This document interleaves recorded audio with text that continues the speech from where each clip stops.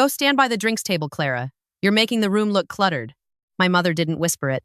She said it loud enough for the caterers to hear, loud enough for my father's business partners to glance over their shoulders, loud enough to confirm what she had always believed, that I was furniture.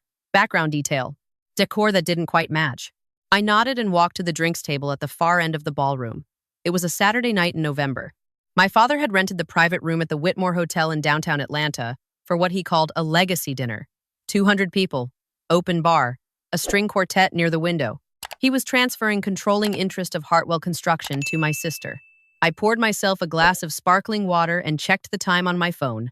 43 minutes. The attorneys I'd hired would be arriving in 43 minutes, and they had no idea I'd already done something my family would never forgive because they'd never believed I was capable of it in the first place. Let me explain something about Hartwell Construction. My grandfather built it from one truck and a contract to pour foundations for a subdivision in Marietta. My father grew it into a regional player, commercial builds, government contracts, 11 million in annual revenue at its peak. It was supposed to be my future, too. I spent summers on job sites. I learned to read blueprints before I learned to drive. When I was 19, I told my father I wanted to go into finance so I could understand the business side, the balance sheets, the capital structure. He told me that was a very sensible hobby and asked if Vanessa wanted anything from the kitchen. That was the pattern. I was sensible. Vanessa was spectacular. Vanessa was 3 years older than me and had the kind of confidence that filled every room before she even walked into it. She had our mother's cheekbones and our father's stubbornness and a talent for making people feel like they were lucky to be near her. She also had a catastrophic relationship with consequences. She'd been fired from 2 marketing firms before 30, had a personal credit score so damaged she couldn't rent a car without putting it on my father's card, and had built her entire adult life on the understanding that Hartwell Construction was her inheritance, and her inheritance was inexhaustible. My father never stopped believing she was right. To him, I was the daughter who worried too much. I asked too many questions at Thanksgiving. I sent him spreadsheets he didn't open. I pointed out the vendor contracts that were bleeding margin, the subcontractor who was double billing on the Decatur project, the line of credit that had been renewed so many times the interest payments were eating into payroll. He told me I was too cautious. He told me that's why Vanessa would run the company and I'd end up being a very good accountant somewhere. I did not become an accountant. I spent 6 years at a private equity firm that specialized in distressed acquisitions. What that means, in plain language, is this. I find companies that are drowning, buy their debt for fractions of what it's worth, and then take control of the assets when they can't pay. Some people call that predatory. I call it accurate. Companies don't drown by accident. They drown because someone made bad decisions and refused to stop. Hartwell Construction had been drowning for 3 years. I'd watched it happen from the outside, quietly, the way I'd always watched things in this family. Vanessa had been given a VP title 18 months ago and had immediately renegotiated every major vendor relationship to push payments out, using the freed up cash to fund a rebrand that included a new logo, a luxury box at the Falcon Stadium, and a company retreat in Scottsdale that she called a culture investment. She had also, in the last 8 months, used the company's commercial line of credit to fund what she described to my father as a strategic land acquisition opportunity. What it actually was, based on the documents I'd obtained, was a speculative lot purchase in a flood zone outside of Savannah, bought from a developer who happened to be her boyfriend. The line of credit was at 94% utilization. The company's largest bonding company had quietly declined to renew their surety contract, which meant Hartwell couldn't bid on any public project over $200,000. My father didn't know this yet. Vanessa had intercepted that letter. 2 months ago, her boyfriend's development company defaulted. The land was worth 40 cents on the dollar, and Hartwell's primary creditor, a regional commercial lender called Bridgeway Capital, had placed the account on internal watch status. I bought Bridgeway Capital's loan portfolio 3 weeks ago. Not all of it. I didn't have the capital for that. But I bought the Hartwell note specifically, along with 4 other distressed commercial accounts, as part of a package acquisition through my fund. I paid 61 cents on the dollar for a note with a face value of $2.3 million. I now held the right to call the loan, demand immediate repayment, or initiate foreclosure proceedings on the assets pledged as collateral. The collateral on that loan was Hartwell Construction's equipment yard, its receivables, and the personal guarantee my father had signed 3 years ago. His personal guarantee covered his home, his retirement accounts, and any other personal assets, with a combined market value sufficient to satisfy the outstanding balance. My father had signed that guarantee without reading it. He'd told me once that lawyers were paid to worry, so he didn't have to. I was standing at the drinks table with a glass of sparkling water, listening to the string quartet play something I vaguely recognized as Vivaldi, watching my sister hold court at the center of the room. She was wearing a white blazer because she'd told me once that white said arrival, not effort. She had her hair blown out and her laugh was perfectly calibrated, loud enough to be noticed, quiet enough to seem effortless. My mother floated over to her every few minutes to squeeze her elbow and smile at whoever Vanessa was talking to, as though proximity to her daughter's glow was something she'd earned. She floated to me once, to tell me the crackers were running low and I should let the caterer know. My father spotted me from across the room and made his way over. He was 61 and still a big man, the kind who filled a doorway. He had my grandfather's hands wide, calloused, built for work he no longer did. He looked at me with the particular combination of fondness and disappointment he'd been perfecting my entire life. "Glad you could make it," he said, as though I'd had the option not to. "Of course, Dad. This is a big night." He glanced toward Vanessa. "She's ready. I know you have your reservations, but she's ready." I had sent him a 40-page financial analysis of Hartwell's current position 6 weeks ago. He had responded with a text that said, "Thanks, honey, we'll look at this weekend." He never mentioned it again. "I'm sure tonight will be memorable," I said. He studied me for a second, like he was trying to decide whether I was being difficult. Then he smiled and put his hand on my shoulder the way you pat a child who's asked an inconvenient question. "Just be happy for your sister." He walked back toward the center of the room. I watched him go. He had spent 30 years investing in Vanessa like she was a guaranteed return, pouring money and faith and forgiveness into her the way you pour water into a jar with a crack in the bottom, always convinced that this time, it would hold. I was not angry at him. I had passed through anger years ago and come out somewhere quieter on the other side. What I felt now was closer to precision. The certainty of someone who has run the numbers so many times, they no longer need to check them. I had given him chances. 6 weeks ago with the analysis. Before that, a phone call where I walked him through the bonding company situation. Before that, a Thanksgiving conversation that ended with him telling me I was trying to steal Vanessa's future because I'd always been jealous of her. I had tried. I had documented every attempt. I had the emails, the texts, the read receipts. So I put my glass down and I waited. The speeches started at 8. My father went first.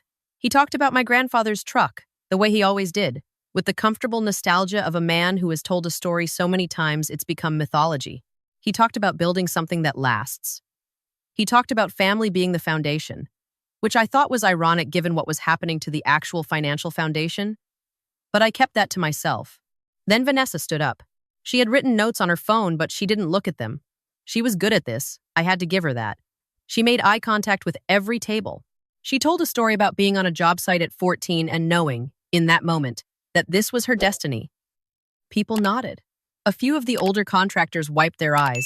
My mother gripped her champagne flute like it was keeping her upright. "I don't take this lightly," Vanessa said, and she had the grace to sound like she meant it. "Hartwell is more than a company. It's a name that means something in this city, and I intend to spend the rest of my career making sure it stands for exactly that: integrity, excellence, and family." Applause. She looked across the room and found me standing at the drinks table, and she smiled.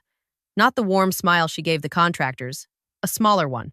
The one she'd been giving me my whole life that said, "You see how this works? You see who they choose?" I smiled back. Mine was smaller still. What she didn't know, what no one in that room knew, was that 40 minutes ago I had received a confirmation email on my phone. The amended transfer agreement, the one her attorneys had drafted to formalize my father's handover of his remaining 38% stake in Hartwell to her, contained a clause that would trigger a default event.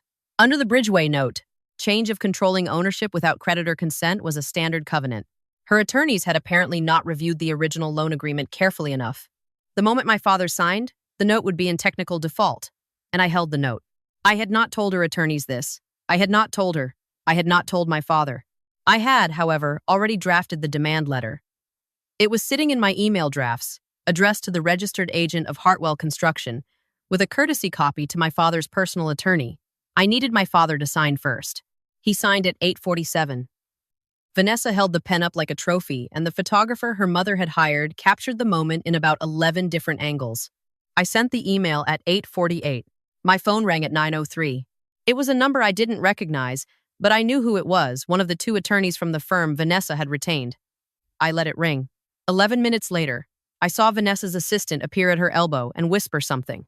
Vanessa's expression didn't change immediately, which I respected. She was disciplined. She nodded, excused herself from the conversation she was in, and walked toward the back of the room with the smooth, unhurried stride of someone who has practiced not showing fear. She found me at the drinks table 4 minutes later. "My attorney's trying to reach you," she said. Her voice was level. Just below level. Actually, the way a voice sounds when someone is working very hard to keep it there. "I know," I said. Something shifted in her face. "What did you do?" "I'd suggest we use the small conference room down the hall," I called ahead. "They're setting it up now." She stared at me. I had seen Vanessa in a lot of emotional states over 31 years. Angry, charming, dismissive, bored. I had never seen her look at me like this, like she was recalculating something she'd always thought was settled. "Now?" she said. "The attorneys my firm sent will be here in 4 minutes." She straightened. "Your firm, Meridian Capital Partners. We acquired the Bridgeway note on Hartwell 3 weeks ago.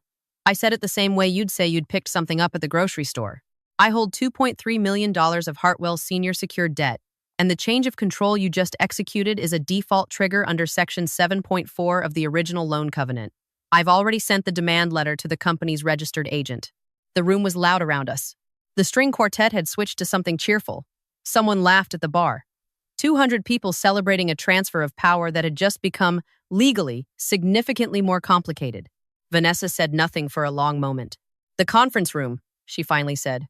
It was a narrow room off the hotel corridor, just large enough for 6 chairs and a whiteboard someone had written, "Congratulations! V!" on in blue marker.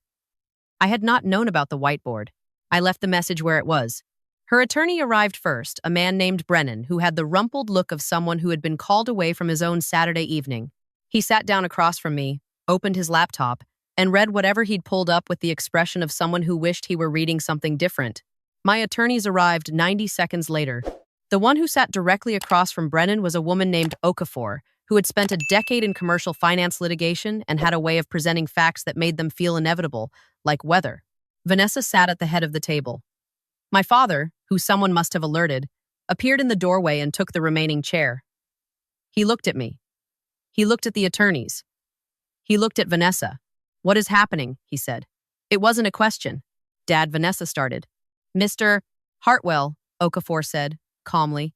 "I represent Meridian Capital Partners, which holds the senior secured note on Hartwell Construction originally issued by Bridgeway Capital. The transfer of equity you executed this evening triggered a default provision under the original loan covenant. We are here to discuss cure options." My father turned to me. "Clara, I think you should let the attorneys finish," I said. "She's your daughter," he said. He wasn't talking to me. He was talking to the room, the way people do when they feel that reality has done something rude. "She works in finance," she said. "But I didn't know she was." "She acquired the note legally," Brennan said, somewhat reluctantly. "The question is what happens now?" Okafor placed a single sheet of paper in the center of the table. "There are 2 options. Option A, Meridian calls the note immediately. Based on our review of Hartwell's current liquidity, that would initiate foreclosure on the pledged assets, the equipment yard on Fulton Industrial, the outstanding receivables, and the personal guarantee executed by Gerald Hartwell." She looked at my father. "Your personal assets, sir." My father had the face of a man watching the floor disappear beneath him. "The personal guarantee?" he repeated. "I signed that 3 years ago." "Yes," Okafor said. "That covers the residence at Dunwoody, the retirement accounts." "Yes." The room was very quiet. Vanessa was looking at the whiteboard. Her expression was impossible to read, which meant she was working very hard to make it that way. "Option B," Brennan said. Okafor slid a second document across the table. "Meridian agrees to a forbearance period of 12 months, during which no foreclosure proceedings will be initiated. In exchange, controlling interest in Hartwell Construction, 100% of outstanding shares is transferred to Meridian Capital Partners via equity in lieu agreement. Gerald's personal guarantee is released entirely. No personal assets touched." My father stared at the document. "You want me to give her the company?"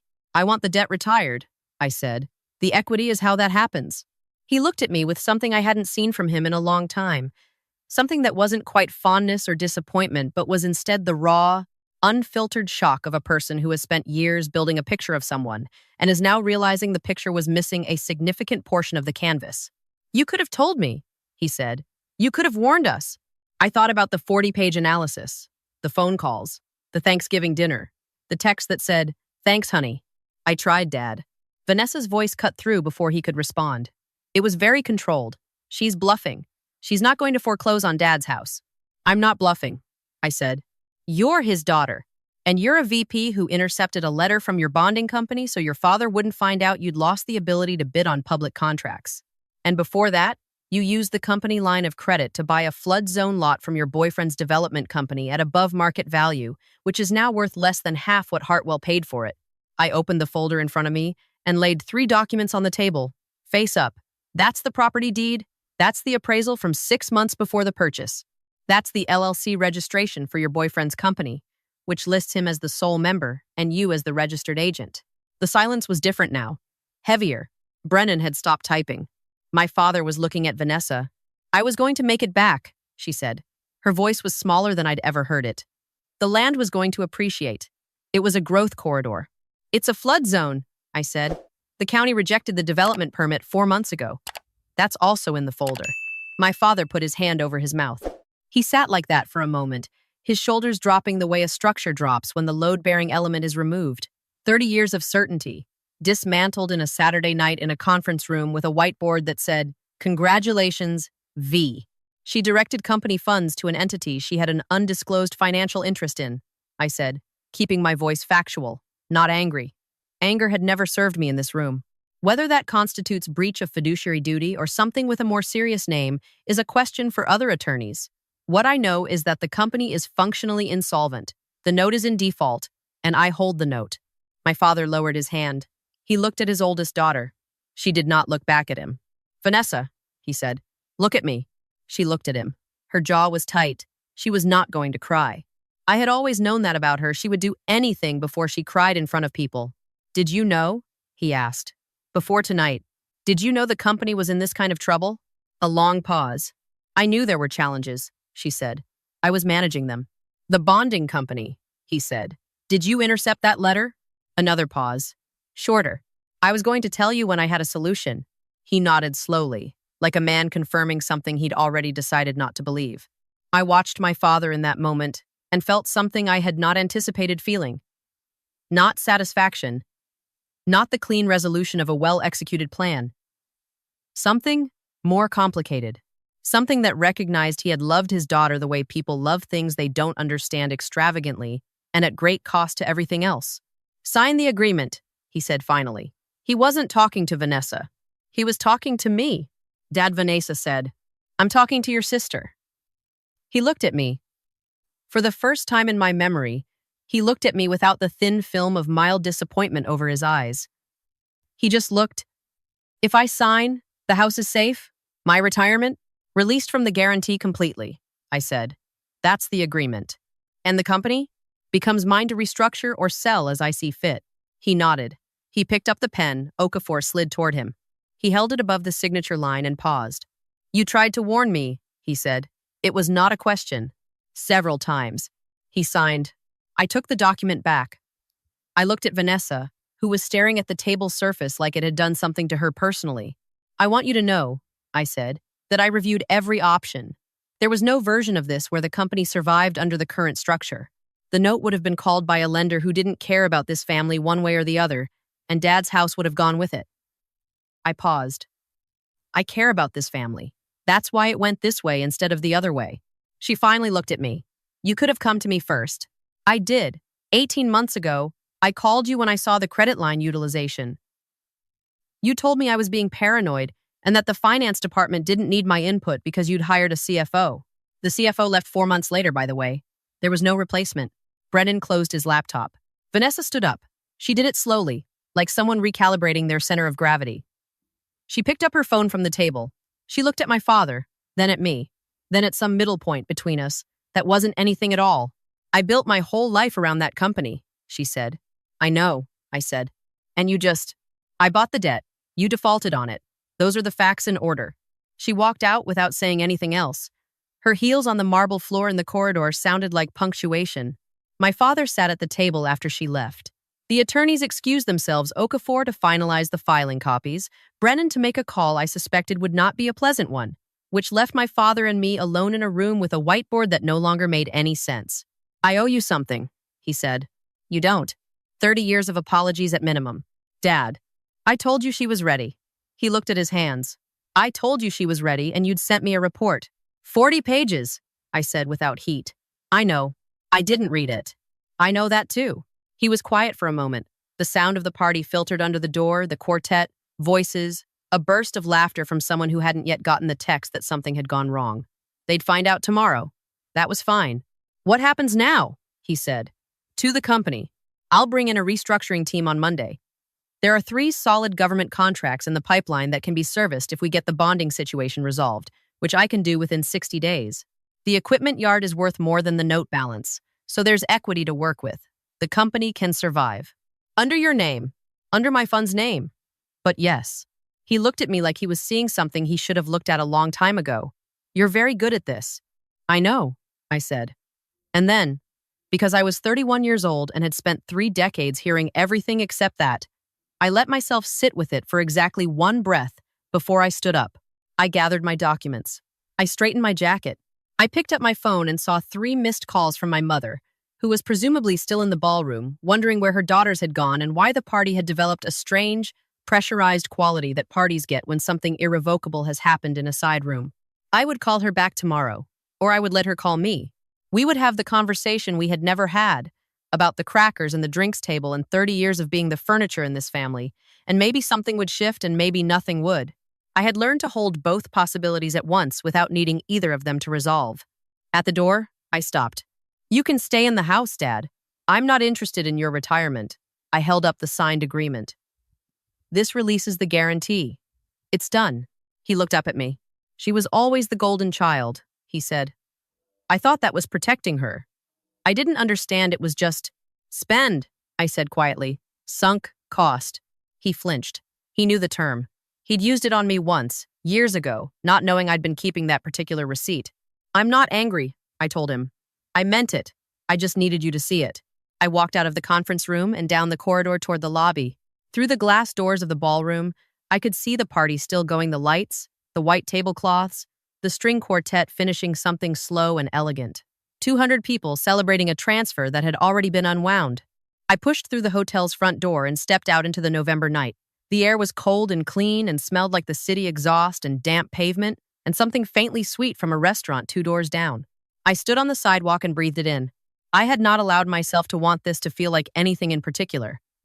Wanting outcomes to feel a certain way was how you ended up making decisions for the wrong reasons.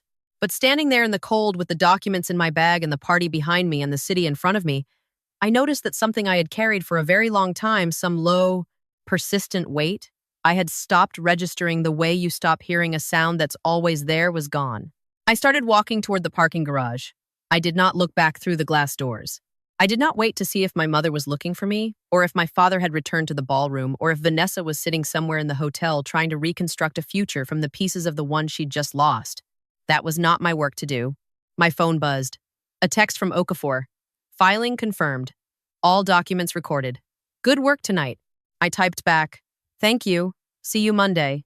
Then I put my phone in my pocket and kept walking, 1 foot in front of the other, the way I had always done, the way I had always known how to do, even when no one was watching, especially when no one was watching.